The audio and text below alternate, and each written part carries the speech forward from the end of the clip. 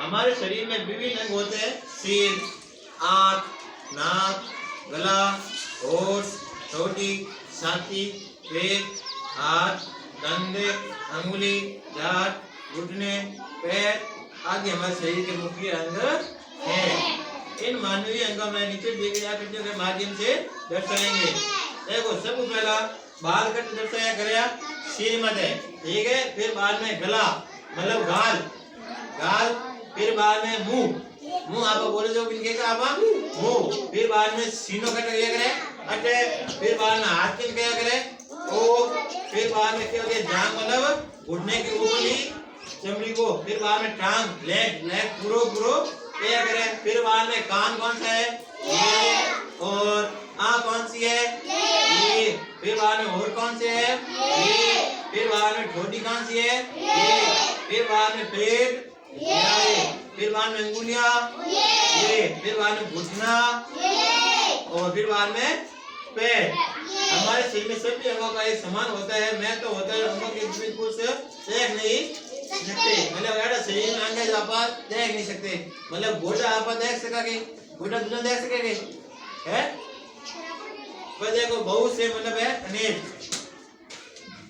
पर देखो हमें वजन उठाने के लिए, लिखने के लिए हाथ का आवश्यकता होती है। क्या भाई कोई भी वजन उठावा या कोई लिखने की जरूरत हो तो किसका प्रयोग होता है हाथ का। मुंह में बोलने वाली हमारी मदद करती है। मुंह नहीं होता आपके बोल सकागे। हमें चलने के लिए मदद करते हैं हमारे शरीर, सिर पे बाल होते हैं।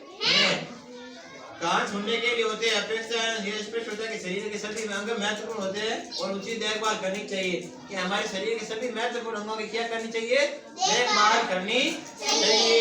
हम जानते हैं कि सभी अंग शरीर हमारे बाह्य अंग है। बाह्य मतलब बाहर जो अंग है हमारे शरीर में अंदरूनी अंग में होते हैं और सभी अंगों का मेल हमारे शरीर में निर्माण होता है। क्या देखो भाई शरीर आपको स्वस्थ रखा तो शरीर स्वस्थ रखा। हाथ में समय पर नाखून काटनी चाहिए, समय पर बाल है। शरीर में शरीर को स्वस्थ रखना चाहिए। देखो पैर हमें क्या करते हैं, चलना सिखाते हैं। सभी अंग हमारे मेल में क्या का निर्माण करते हैं, शरीर का। अंगुली के और हमारे हम अपने मुंह से खाते हैं, हम अपने शरीर हाथ से लिखते हैं, हम पैर को चलाते हैं, हाँ। हम अपनी नाक को देखते हैं, हाँ।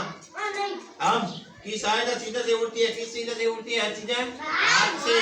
बिना के हम नहीं सुन सकते, बिना कान के हम नहीं सुन सकते। सांस लेने के लिए हमारी आवश्यकता होती है नाक की। हम किसकी मदद से खाते हैं, मुंह की मदद से खाते हैं, ठीक है। फिर देखो तुम्हारे शरीर में कितने मुख्य अंग है, नाम लिखिए। तुम्हारे शरीर में कौन कौन से मुख्य अंग है भाई, हाथ, नाक, कान, मुंह, ठीक है। तुम्हें पैर किस तरह तुम्हारी मदद करते हैं, पैर तुम्हारी किस तरह की मदद करते हैं चलने के लिए। नाक से हम क्या करते हैं, सांस लेने के लिए। हम स्वस्थ रहने के लिए हमारे शरीर को साफ रखना चाहिए। कि भाई हमारा शरीर स्वस्थ रहे तो हमें शरीर को क्या रखना चाहिए, साफ सुथरा रखना चाहिए। स्वस्थ रहने का अर्थ है कि बीमार ना पड़े और हमारा शरीर शक्तिशाली हो।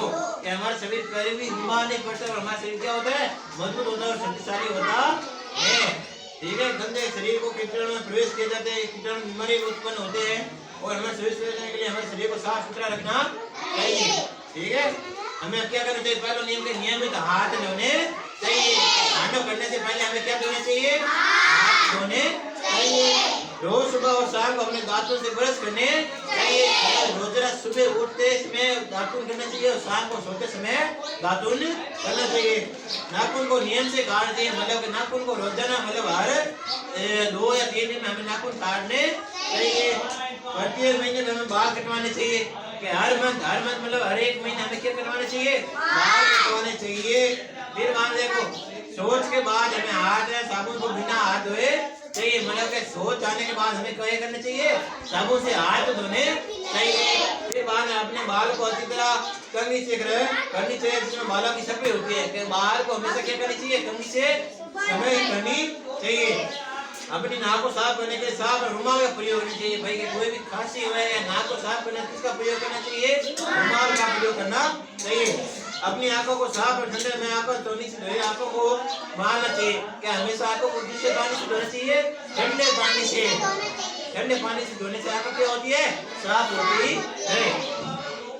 यदि हम ऊपर दिए गए नियमों को पालन करेंगे तो हम कीटाणु से